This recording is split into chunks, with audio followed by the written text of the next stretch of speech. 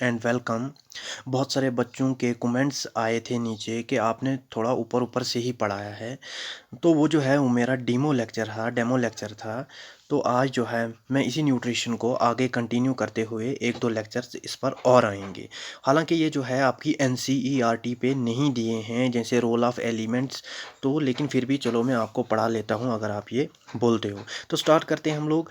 जो आपको मैंने पहले ही लेक्चर में रोल ऑफ एलिमेंट्स पढ़ाया था, वहाँ पर मैंने सिर्फ एलिमेंट्स के नाम लिखे थे।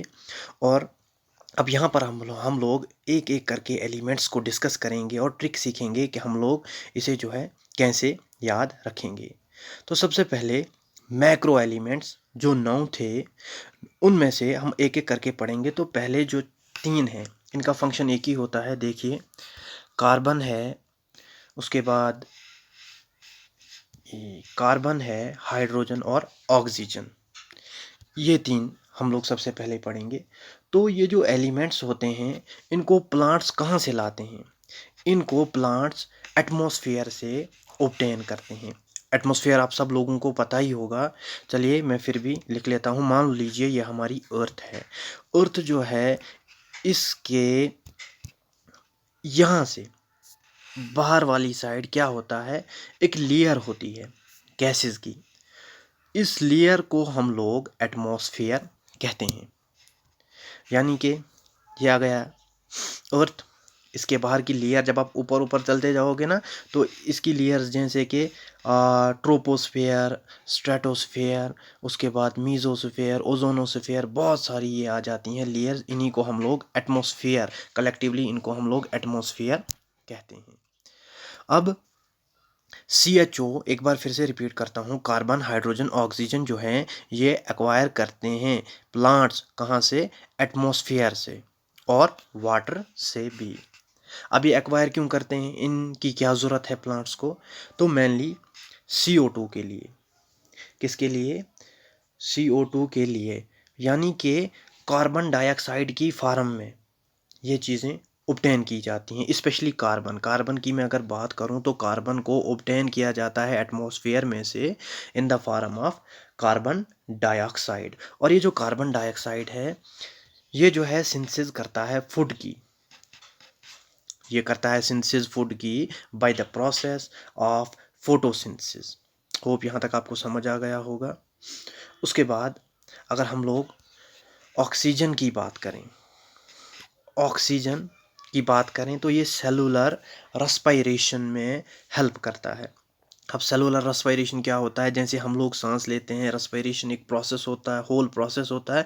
उसी तरह से प्लांट्स के केस में भी रेस्पिरेशन होती है। और वो जो रेस्पिरेशन है वो याद रखिएगा वो माइटोकॉन्ड्रिया के अंदर होती है। In case of plants mitochondria के अंदर होती है।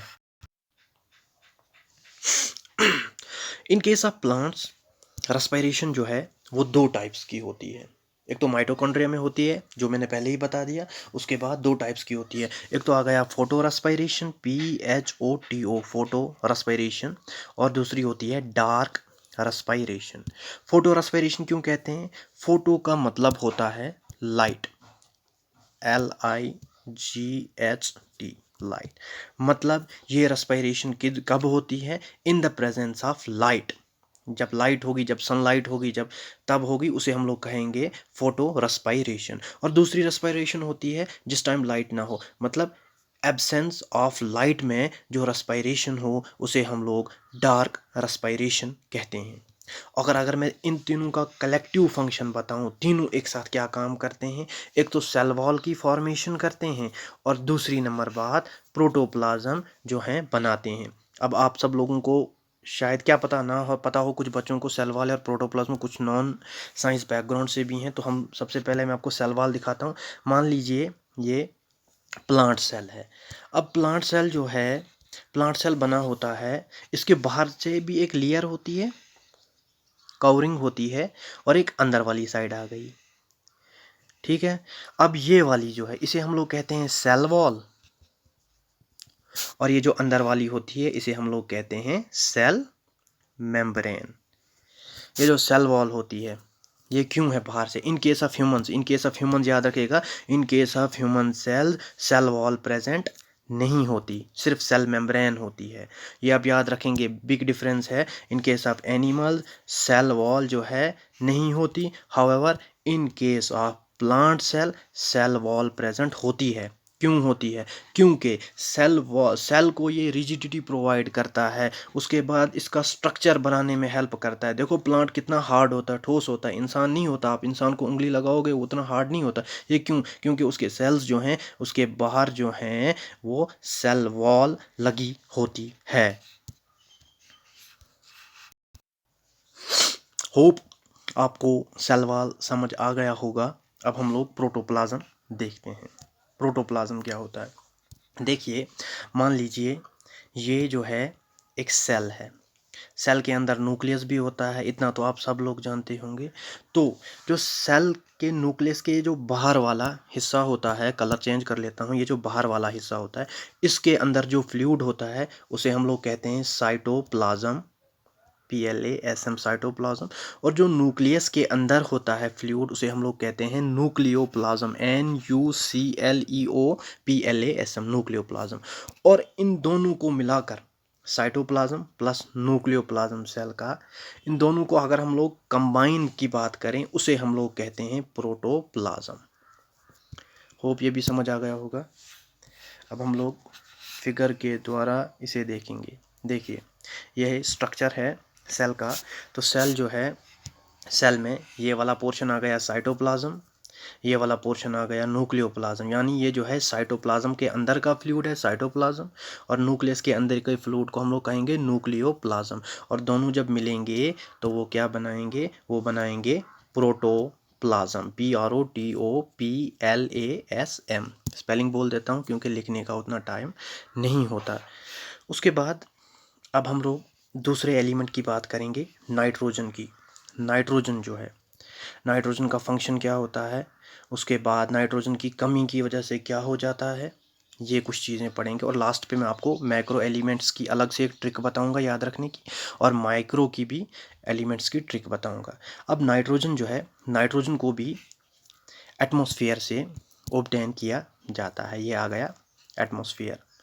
हमारे एटमॉस्फेयर में लगभग 300 से 400 किलोमीटर की हाइट पर इंटरनेशनल स्पेस स्टेशन है। शायद आपको पता है नहीं, ये आ गई हमारी अर्थ। जब आप यहाँ से ऊपर जाओगे लगभग 400 किलोमीटर इंटरनेशनल स्पेस स्टेशन है।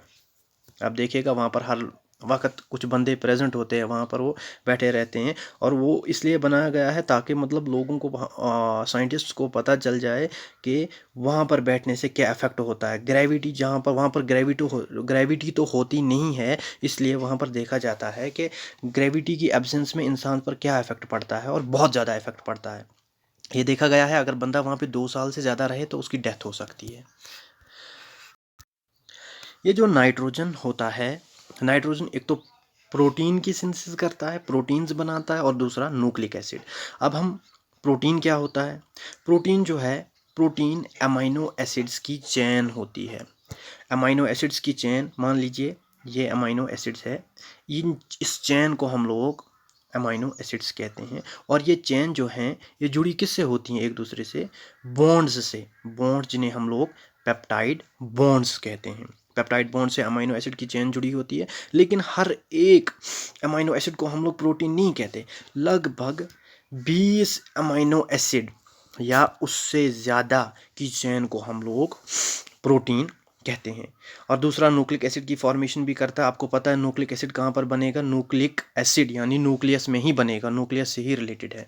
अगर अगर अगर अगर नाइट्रोजन की कमी हो जाए प्लांट्स के अंदर तो क्या होगा? ये देख लीजिए, यहाँ पर मैंने लिखा है डिसरप्ट हो जाएगा प्लांट की ग्रोथ।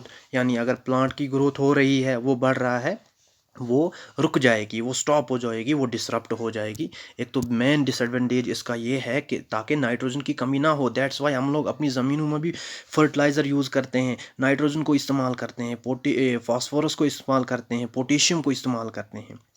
और excess of everything is also bad. अगर ये एक्सेस में हो जाए नाइट्रोजन अगर एक्सेस में हो जाए प्लांट के अंदर तो फ्लावरिंग जो है लेट हो जाती है, फूल जो है बहुत ही टाइम लगाते हैं बनने में, फल बहुत ही मतलब उतना अच्छा नहीं बन पाता। तो नाइट्रोजन जो है ना तो ज़्यादा होना चाहिए ना तो ज़्यादा का सिंबल मैं ये बना लेता हूँ, देख लीजिए। नाइट्रोजन ना तो ज़्यादा होना चाहिए, नाइट्रोजन ना तो कम होना चाहिए, बैलेंस्ड फॉर्म में होगा तो अच्छा है प्लांट के लिए। अब हम लोग बात करते हैं फास्फोरस की। तो फास्फोरस देखो, अगर फास्फोरस की कमी हो जाए ग्रोथ ऑफ प्लांट कम हो जाती है। उसके बाद सीड्स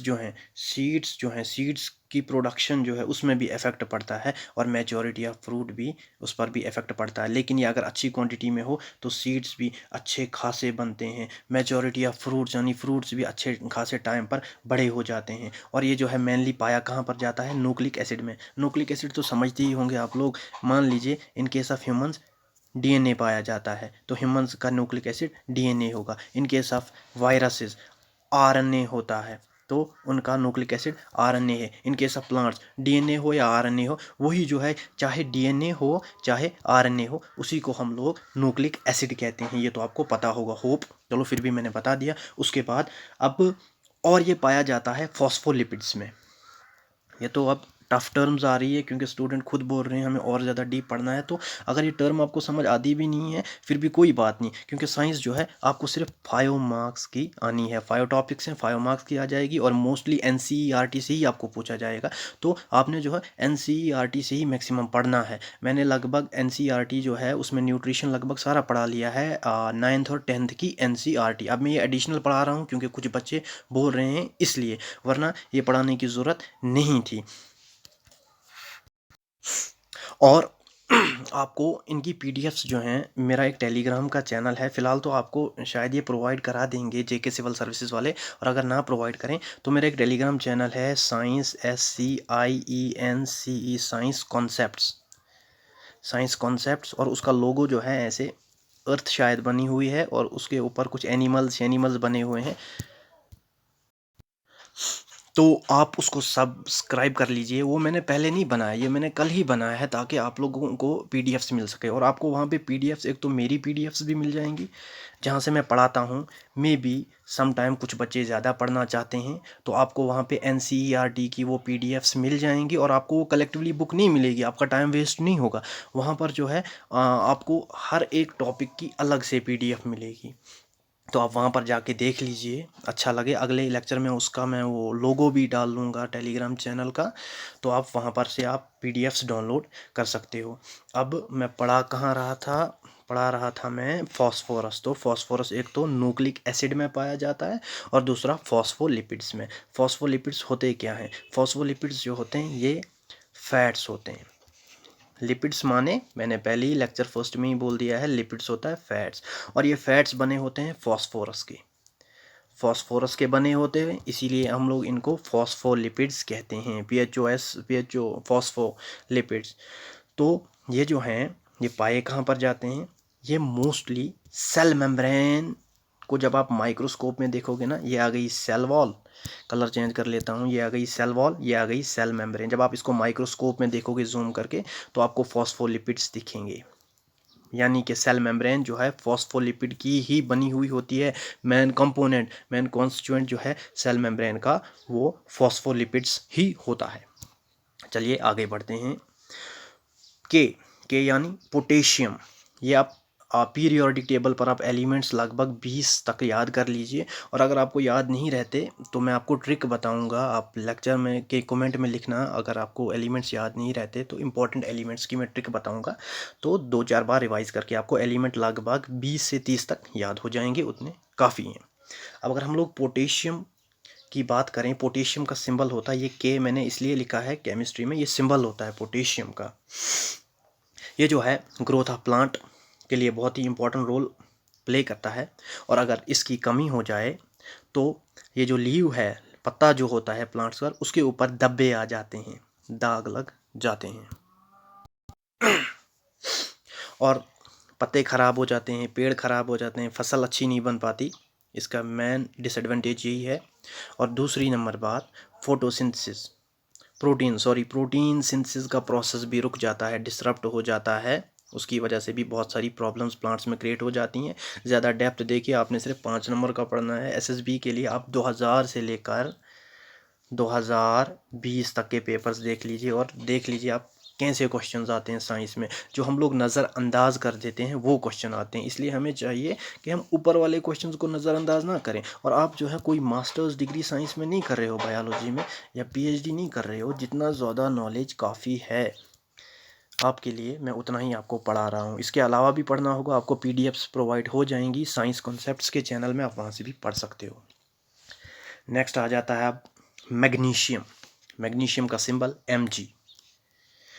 मैग्नीशियम जो है ये फोटोसिंथेसिस में इम्पॉर्टेंट रोल प्ले करता है। फोटोसिंथेसिस मैंने थोड़ा बहुत बोल लिया है, एक और लेक्चर आएगा फोटोसिंथेसिस पर, क्योंकि बच्चे बोल रहे हैं फोटोसिंथेसिस अलग से पढ़ना है। फोटोसिंथेसिस एक ऐसा प्रोसेस होता है जिसमें प्लांट्स अपना खाना बनाते हैं, किस तरह से, सनलाइट की प्रेजेंस में, ठीक है। उसके लिए फिर वो CO2 की ज़रूरत पड़ती है, वाटर की ज़रूरत पड़ती है, और आगे चल के वो ग्लूकोज बना लेते हैं। वो मैंने थोड़ा सा डिस्क्राइब कर भी लिया है। अब अगर मैग्नीशियम की कमी हो जाए, प्लांट्स जो हैं येलो कलर के हो जाते हैं। प्लांट्स जो हैं येलो कलर के हो जाते हैं। मान लीजिए प्लांट्स नहीं, प्लांट्स के जो लीव्स हैं, ये लीव्स जो हैं ये येलो कलर के हो जाएंगे। और इस डिजीज़ को हम लोग क्लोरोसिस कहते हैं, CHLOROSIS। और this disease occur due to the deficiency of magnesium. Hope ये भी आपको समझ आ गया होगा। अगर अब हम लोग कैल्शियम की बात करें तो कैल्शियम जो है, कैल्शियम क्या करता है, कैल्शियम को मोस्ट इंपॉर्टेंट फंक्शन क्या होता है। मान लीजिए ये जो है DNA है, DNA इस तरह से होता है, हेलिकली कॉइल होता है। जब आप ये जूम करके देखते हो माइक्रोस्कोप में, ये इस तरह का दिखेगा। तो इसे जो है हेलिकली कॉइल कौन करके रखता है, ऐसे निचोड़ के बिल्कुल बंद करके कौन रखता है, यही कैल्शियम जो है इन्हें हेलिकली कॉइल करके रखता है। और जब इसे हम हेलिकली जो हम लोग DNA को कॉइल करते हैं, तो इस सारे को हम लोग क्रोमोसोम कहते हैं। यानी कि क्रोमोसोम जो है वो DNA का ही बना हुआ होता है, लेकिन हेलिकली कॉइल्ड ये बहुत बड़ा होता है। लेकिन ये मतलब अब सोचिए, अब ये सेल के अंदर अल्लाह की करामात क्या है कि सेल के अंदर ये कितना होता है, मतलब सेल बहुत छोटा होता है, माइक्रोस्कोप से देखते हैं हम लोग सेल को, और उसके अंदर होता है DNA, हेलिकली कॉइल होता है। और इस हेलिकली कॉइल DNA को हम लोग क्रोमोसोम कहते हैं। फिर क्रोमोसोम 2 टाइप्स के होते हैं, X क्रोमोसोम, Y क्रोमोसोम। तो वो अभी फ़िलहाल पढ़ने की ज़रूरत नहीं है, वो अगर आगे नीड पड़ी तो वो पढ़ा लेंगे। अब क्रोमोसोम की जो है ये फॉर्मेशन करता है, ये सॉरी कैल्शियम फॉर्मेशन करता है क्रोमोसोम की। और दूसरी नंबर बात, सिंथेसिस ऑफ फैट जो है ये भी होती है कैल्शियम की ही वजह से, इन केस ऑफ प्लांट्स। ठीक है, याद रहा आप सब लोगों को, कैल्शियम जो है सिंथेसिस ऑफ फैट करता है, हेलिकली कॉइल करके रखता है किसको, DNA को, जिसे हम लोग क्रोमोसोम कहते हैं। इसके और भी इसके और भी बहुत सारे फंक्शंस हैं, जैसे कि कार्बोहाइड्रेट को ये ट्रांसपोर्ट करता है, ठीक है ना। जो कि प्लांट जो है कार्बोहाइड्रेट बनाते हैं by the process of photosynthesis, तो उन्हें जो है ये ले जाता है प्लांट के different parts of the body में कार्बोहाइड्रेट्स को। तो ट्रांसपोर्टेशन ऑफ कार्बोहाइड्रेट, उसके बाद अमाइनो एसिड्स को ले जाता है। अमाइनो एसिड जानते हो ना, ये चेन्स होती हैं, ठीक है। उसके बाद अगर हम लोग इसकी डेफिशिएंसी की बात करें, अगर कैल्शियम की कमी हो जाए तो आप याद रखेंगे, सीड्स ही नहीं बनेंगे। फ्रूट जो होगा उसके अंदर सीड्स ही नहीं बनेंगे, सीड्स नहीं बनेंगे, आगे प्रोडक्शन कैसे होगी। इसलिए कैल्शियम की डेफिशिएंसी भी नहीं होनी चाहिए। अगर डेफिशिएंसी हो गई तो सीड की प्रोडक्शन नहीं होगी, और क्लोरोप्लास्ट जो है प्लांट का वो भी अच्छे से काम नहीं करेगा। जिनको क्लोरोप्लास्ट पता नहीं है, क्लोरोप्लास्ट सेल ऑर्गेनेल होता है। जैसे हमारे बॉडी के अंदर ऑर्गन्स हैं, उसी तरह से प्लांट के अंदर के सेल के अंदर भी ऑर्गन्स होते हैं। हमारी बॉडी के ऑर्गन्स की बात करूँ, लिवर शिवर किडनी विडनी ये वो होता है। अगर हमारे सेल की बात करूं, एनिमल सेल की बात करूं, उसके अंदर माइटोकॉन्ड्रिया, एंडोप्लाज्मिक रेटिकुलम, बहुत सारी चीज़ें होती हैं जिन्हें हम लोग सेल ऑर्गेनेल कहते हैं। अगर ऑर्गन होगा तो बड़ा होगा पूरे जिस्म का, ऑर्गेनेल होते हैं सेल के अंदर के ऑर्गन्स को हम लोग ऑर्गेनेल कहते हैं। तो हमने क्या देखा, कैल्शियम के डेफिशिएंसी की वजह से क्लोरोप्लास्ट भी वर्क नहीं करता प्रॉपरली। क्लोरोप्लास्ट क्या होता है, ये लीव जो है, मान लीजिए ये लीव है, तो लीव के अंदर ये जो है ये सेल ऑर्गेनेल है क्लोरोप्लास्ट। क्लोरोप्लास्ट के अंदर पिगमेंट्स होते हैं क्लोरोफिल, और सनलाइट उसी पर पड़ती है, उसी से खाना जो है बनता है। ये मैंने पहले ही आपको डिस्कस कर लिया है। अब हम लोग बात करेंगे आयरन की।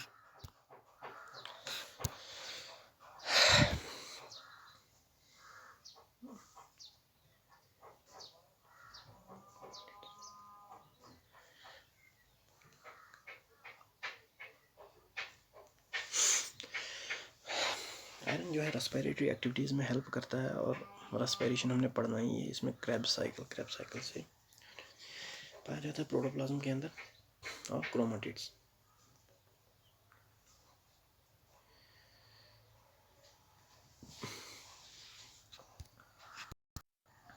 आयरन जो है, ये देख लीजिए, ये जो आयरन है इसका मेन काम क्या होता है, ये रेस्पिरेटरी एक्टिविटीज़ में हेल्प करता है। प्लांट की रेस्पिरेटरी एक्टिविटीज़, प्लांट के अंदर एक्सचेंज ऑफ गैसेस कहाँ पर होती हैं, बोलिए बोलिए बोलिए, मैंने पहले ही बोल दिया था, स्टोमाटा, STOMATA, स्टोमाटा। स्टोमाटा के अंदर गार्ड सेल्स होते हैं, ये मैंने सब डिस्कस कर लिया है।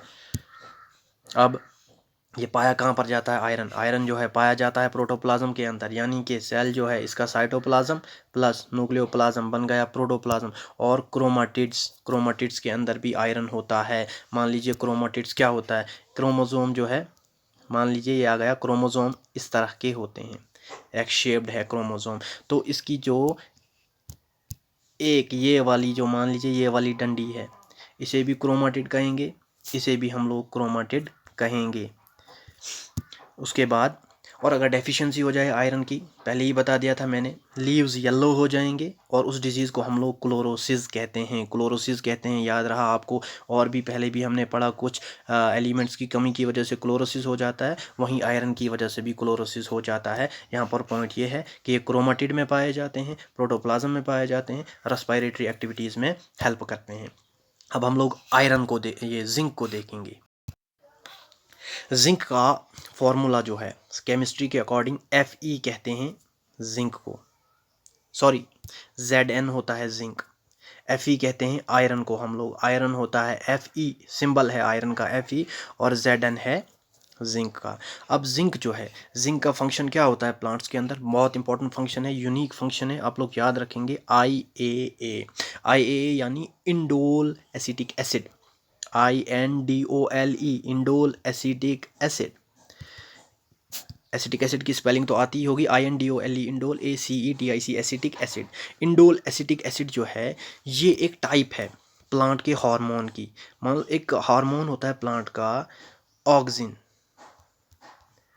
ऑक्सिन के टाइप्स में ही इंडोल एसिटिक एसिड भी एक टाइप आ जाती है। और अगर इसकी डेफिशिएंसी हो जाए, आप लोग याद रखेंगे, तो हाइट ऑफ द प्लांट रुक जाती है। प्लांट जो है वो छोटे छोटे बोने जैसे बन जाते हैं, वो छोटे आदमी होते हैं ना, वैसे ही प्लांट भी बन जाते हैं। उसके बाद फ्रूट्स भी नहीं बन पाते, बहुत ही कम फ्रूट्स बनते हैं। उसके बाद अगर लीव्स की बात करें, तो लीव्स देख लीजिए, लीव्स जो हैं बिल्कुल छोटे बनेंगे, अनअरेंज, कोई बहुत ही बड़ा होगा, कोई बहुत ही छोटा होगा। तो ये जो है जिंक की वजह से प्रॉब्लम्स हो जाती है, अगर जिंक जो है कम हो जाए। और जिंक जो है, जिंक का फंक्शन क्या होता है, सिंथेसिस करता है indole acetic acid. Indole acetic acid आप याद रखेंगे, ये ऑक्सिन की एक क्लास है। इसकी डेफिशिएंसी की वजह से, डेफिशिएंसी सिंबल मैंने बनाया है नीचे की तरफ, हाइट जो है कम हो जाएगी, फ्रूट्स जो है नहीं बनेंगे, लीव्स जो हैं बहुत ही छोटे बनेंगे। अब हम लोग कॉपर की बात करेंगे। कॉपर क्या होता है, कॉपर जो है, कॉपर एंजाइम्स के अंदर पाया जाता है। ENZYMES, एंजाइम्स, एंजाइम्स के अंदर है जो है कॉपर होगा, ठीक है। अब एंजाइम क्या होता है, एंजाइम जो है ये प्रोटीन्स ही होती हैं। आपने सुना होगा 9th में 10th में, enzymes, all enzymes are proteins but not all proteins are enzymes. सभी एंजाइम्स जो हैं प्रोटीन ही होती हैं, लेकिन सभी प्रोटीन्स एंजाइम्स नहीं होते। तो सिंपल यहाँ पर बताते हैं, ज़्यादा कॉम्प्लेक्स ना करते हुए। कॉपर जो है एंजाइम्स के अंदर होता है, एंजाइम्स के अंदर पाया जाता है। और एंजाइम्स जो होते हैं, एंजाइम्स का काम क्या होता है, एंजाइम जो है रेट ऑफ केमिकल रिएक्शन, कोई भी केमिकल रिएक्शन जो हमारे सेल के अंदर होती हैं, बहुत सारी रिएक्शन प्लांट सेल के अंदर होती हैं, बहुत सारी रिएक्शंस एनिमल सेल्स के अंदर होती हैं, उन रिएक्शंस को ये क्या करता है, एंजाइम जो है उन्हें स्पीड अप करता है, एक्सेलरेट करता है, तेज़ करता है। इसलिए एंजाइम्स बहुत ही ज़रूरी हैं। अगर ह्यूमन बॉडी में एंजाइम्स ना हो तो अगर जो हम लोग खाना खाते हैं ना, तो वो डाइजेस्ट ही नहीं होगा, वो वहीं पेट में रहेगा, हमारा पेट खराब हो जाएगा और कुछ टाइम के बाद डेथ भी हो सकती है। इसलिए एंजाइम्स भी बहुत ही ज़रूरी हैं। ये स्पीड अप करते हैं केमिकल रिएक्शन को, हमारे बैक्टीरिया हमारे खाने को अंदर से जल्दी लार्ज इंटेस्टाइन में फीसिस में कन्वर्ट कर लेते हैं और बाद में ये एनस थ्रू बाहर आ जाता है। अब एनस बोलने की तो ज़रूरत नहीं है, आप देख सकते हो एनस क्या होता है डिक्शनरी पर, जिनको पता ना हो। अब बात करेंगे हम लोग मैग्नीज़ की, MANGANESE, मैंगनीज़ का सिंबल MN जो है मैंगनीज़, ये क्या करता है प्लांट्स के अंदर, ये क्लोरोफिल की फॉर्मेशन करता है। क्लोरोफिल जानते हो ना, ये क्लोरोप्लास्ट आ गया सेल ऑर्गेनिल, इसके अंदर जो हैं ये पिगमेंट्स होते हैं, स्मॉल पोर्स होते हैं, ग्रीन कलर के होते हैं, उन्हें हम लोग क्लोरोफिल कहते हैं। और इन्हीं पर सनलाइट जो है पड़ती है और उसी से फोटोसिंथेसिस का प्रोसेस आगे चलता है। इसलिए क्लोरोफिल बहुत ही ज़्यादा इंपॉर्टेंट है लीव्स के लिए, प्लांट्स के लिए, खाना बनाने के लिए। और क्लोरोफिल की फॉर्मेशन जो है मैंगनीज़ की वजह से होती है। आ गई ना बात समझ, मैंगनीज़ को, क्लोरोफिल को कौन बनाता है, फॉर्मेशन कौन करता है, मैंगनीज़। और ये जो है मैंगनीज़ जो है ये नाइट्रेट को नाइट्राइट में कन्वर्ट करता है, NITRATE, नाइट्रेट को कन्वर्ट करता है। ये आप सिर्फ याद रखेंगे, समझने की ज़रूरत नहीं है, मे भी आ जाए, सिर्फ यही पूछा जा सकता है मैंगनीज़ क्या करते हैं। ये आपको कोई नहीं पूछेगा क्यों इसके अंदर क्या होता है, क्योंकि ये बहुत ज़्यादा केमिस्ट्री की फिर इसमें उस एलिमेंट्स आ जाएंगे, बहुत टफ हो जाएगा, कॉम्प्लेक्स हो जाएगा। तो ये क्या करता है, नाइट्रेट को नाइट्राइट में कन्वर्ट करता है, नाइट्राइट NITRITE, नाइट्राइट में। उसके बाद अगर इसकी डेफिशिएंसी हो गई तो लीव्स जो हैं ब्राउन कलर के हो जाएंगी, ठीक है ना। ब्राउन कलर जिसके भी होंगे मैंगनीज हुआ, येलो कलर के लीव हो जाएं तो क्लोरोसिस हुआ प्लांट्स को। अब हम बात करेंगे बोरॉन के बारे में। बोरॉन जो है ये भी एक एलिमेंट है और मैं एक बार फिर से बताता हूँ, अगर आप लोगों को एलिमेंट्स की जानकारी नहीं याद रहते तो आप कमेंट्स में लिख लीजिए, मैं आपको ट्रिक सिखाऊंगा जिससे आपको याद रह जाएगा। और इसकी ट्रिक भी आ जाएंगी इन एलिमेंट्स की याद रखने के लिए लास्ट में। अब देख लीजिए, बोरॉन जो है ट्रांसलोकेशन करता है कार्बोहाइड्रेट्स की, यानी फूड की ट्रांसलोकेशन करता है। और अगर बोरान की कमी हो जाए तो शूट टिप्स डिस्ट्रॉय हो जाती हैं। शूट टिप्स तो जानते हो ना, अगर ये अर्थ है, ठीक है, मान लीजिए ये हमारी अर्थ है, तो हमने कोई बीज उगाया तो यहाँ से ऊपर की तरफ, जो अर्थ से ऊपर की तरफ निकलेगा उसे हम लोग शूट कहते हैं। अर्थ से जो नीचे की तरफ जाएगा उसे हम लोग रूट कहते हैं, ठीक है। होप आपको समझ आ गया होगा। ये आ गई अर्थ, प्लांट जो ऊपर की तरफ निकलेगा, ये ऊपर वाला पोर्शन शूट होता है, नीचे वाला पोर्शन रूट होता है। तो शूट की टिप डिस्ट्रॉय हो जाती है, जहाँ से इसने बढ़ना है ऊपर के लिए वो टिप ही डिस्ट्रॉय हो जाएगी डेफिशिएंसी ऑफ बोरॉन की वजह से। अब हम लोग बात करेंगे मोलिबेडिनियम के बारे में। मोलिबेडिनियम की बात करें, मोलिबेडिनियम का काम क्या होता है प्लांट्स के अंदर। मोलिबेडिनियम जो है ये metabolism of METABOLISM, metabolism of nitrogen को मेंटेन रखता है। अब मेटाबॉलिज्म क्या होता है, मेटाबॉलिज्म जो होता है जितनी भी एक्टिविटीज़ एक सेल करता है अपने आप को क्या करने के लिए, मेंटेन करने के लिए। सेल के अंदर जितनी भी केमिकल रिएक्शंस होती हैं, केमिकल रिएक्शन समझते हो ना, बहुत सारी रिएक्शंस होती हैं। खाना बनने के बाद खाना डाइजेशन होती है, सेल के अंदर भी अलग से होती है, सिर्फ हमारी बॉडी के मतलब पेट में नहीं होती डाइजेशन या इंटेस्टाइन के अंदर, सेल्स के अंदर भी डाइजेशन हो जाती है, खाना सेल्स के अंदर चला जाता है। तो वो जो केमिकल रिएक्शंस हो जाती हैं सेल के अंदर, किस लिए, ताकि सेल जो है मेंटेन रहे, सेल डाई ना हो जाए, सेल डेड ना हो जाए। सेल बहुत सारे डेड भी होते रहते हैं पर डे, सेल्स बहुत सारे डेड होते रहते हैं, वो मसला नहीं होता। लेकिन सेल्स जो हैं उनको मेंटेन करने के लिए जो केमिकल रिएक्शन सेल के अंदर हो जाती हैं उसी को हम लोग मेटाबॉलिज्म कहते हैं।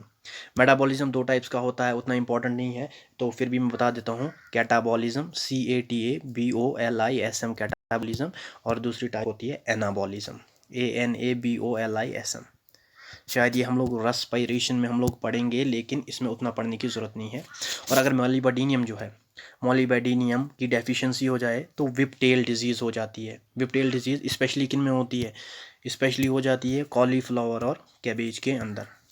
अब विपटेल डिजीज़ क्या होती है, विपटेल डिजीज़ होती है, मान लीजिए ये जो है गोभी है, कॉलीफ्लावर है, तो इसके पत्ते बाहर से अनअरेंज, कुछ छोटे कुछ बड़े, और अंदर से जो खाने की चीज़ है वो जो फ्लावर होता है वो बिल्कुल छोटा होगा। मैं आपको फिगर के द्वारा भी दिखा रह गई है समझाना आपको, ये मैं फिगर से ही समझा दूंगा। ये देखिए, ये है विपटेल डिजीज़। देखा आपने कभी ऐसा? ये देख लीजिए कितना छोटा है। कॉलीफ्लावर बहुत बहुत ज़्यादा बड़े हैं, ये बहुत ज़्यादा छोटे हैं। इसी को हम लोग एक डिजीज़ कहते हैं जी, वो जो विपटेल डिजीज़ है और जो डेफिशिएंसी ऑफ मोलिबेडिनियम से होती है। प्रोटीन की बात करें, प्रोटीन मैंने आपको पहले ही कहा था, चैन होती है अमाइनो एसिड्स की। ठीक है, ये देख लीजिए, ये चैन है अमाइनो एसिड्स की। और अमाइनो एसिड्स जो होते हैं ना, अमाइनो एसिड लगभग 20 होते हैं। कितने होते हैं?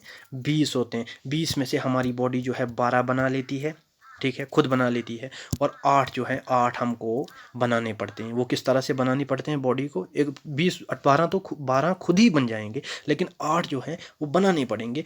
इसलिए हम लोग मीट खाते हैं, उसमें प्रोटीन्स होती हैं, वो 8 अमाइनो एसिड इसमें होते हैं। इसलिए हम लोग और भी बहुत सारी चीज़ें खाते हैं जिनसे हम लोगों को वो 8 जो हैं अमाइनो एसिड्स, उनकी डेफिशिएंसी ना हो, वो हमें मिल जाएं और हमारी बॉडी फंक्शन परफॉर्म कर सके। तो प्रोटीन क्या है? Chain of amino acid. हम लोग ये भी लिख सकते हैं, चेन होती है पॉलीपेप्टाइड चेन। पेप्टाइड जानते हो ना, अमाइनो एसिड ही जुड़े होते हैं पेप्टाइड से, और ये चेन बन जाती है।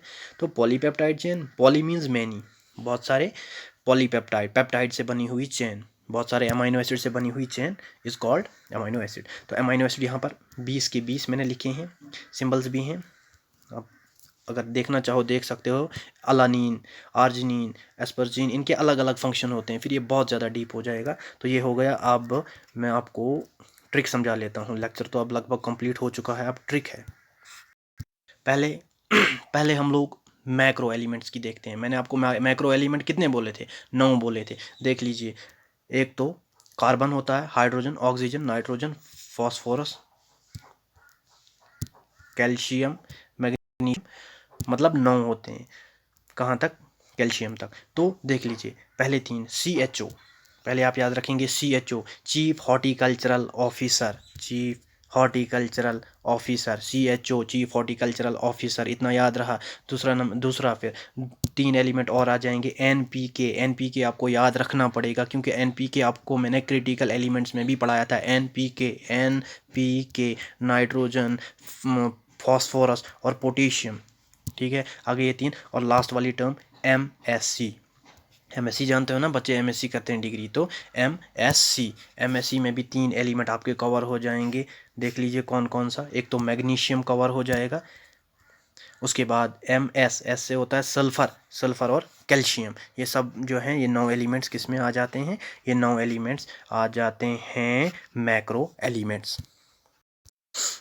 एक बार फिर से, CHO, NPK, MSC, CHO chief horticultural officer, NPK आप याद रखेंगे, यही क्रिटिकल एलिमेंट्स भी है। जब हमारी अर्थ के अंदर, हमारी सॉइल के अंदर क्या हो जाता है? डेफिशिएंसी ऑफ फर्टिलाइजर, तो हम लोग NPK का यूज़ करते हैं हमारी सॉइल को फिर से फर्टाइल करने के लिए। Nitrogen, phosphorus, potassium. उसके बाद MSC मैग्नीशियम, सल्फ़र और कैल्शियम। सल्फ़र का मैंने रोल नहीं बोला है, उतना इंपॉर्टेंट नहीं था, इसलिए मैंने नहीं बोला, और ये ट्रिक आपको याद हो गई होगी। अब हम चलते हैं अपने माइक्रो एलिमेंट्स की तरफ। माइक्रो एलिमेंट 8 हैं। 8 में से अब देख लीजिए, IZCMBM, फिर से IZCMBM।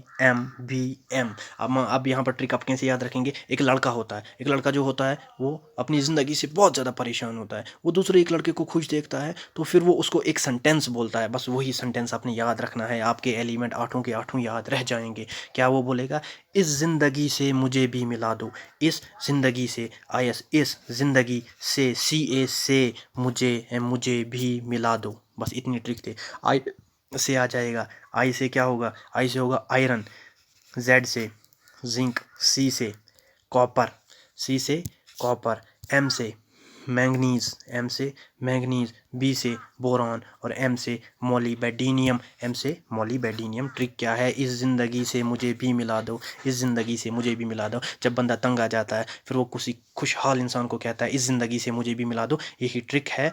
तो होप आपको ये लेक्चर अच्छा लगा होगा, और अगर कुछ कमियां रही होंगी तो आप बता दीजिएगा। इसके बाद फोटोसिंथेसिस पर अलग से एक लेक्चर आएगा।